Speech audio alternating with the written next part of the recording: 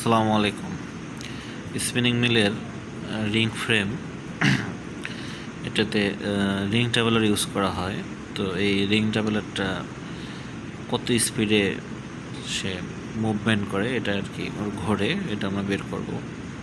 তো এটা ফর্মুলা হচ্ছে ওই রিং মেশিনের স্পিন্ডেলের স্পিড কত সেটা।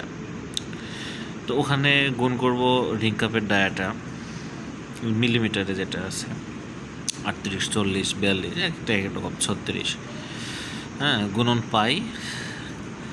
আর নিচে এটাও দিব সেকেন্ড, 60 সেকেন্ডে 1 মিনিট। আর 1000 এটা হচ্ছে মিলিমিটার। ওই যে রিং কাপ ডায়াটা মিলিমিটারে আছে না, ওইটাকে আমরা মিটারে কনভার্ট করব। তো এই জন্য 1000 দিয়ে ভাগ। তাহলে 17,000 RPM গুণন 40 মিলিমিটার। আর ওই রিং কাপটা যেহেতু গোল, ওটার পরিধিটা আমরা ধরে নিলাম পাইয়ের মান যেটা 3.1416, তাতে 21,36,288 মিলিমিটার। আর ভাগ দেব 60 × 100, তাতে আসে 35.60 মিটার পার সেকেন্ড। অর্থাৎ রিং ট্রাভেলার 17,000 RPM-এ যদি রিং কাপ ডায়া 40 হয়, তাহলে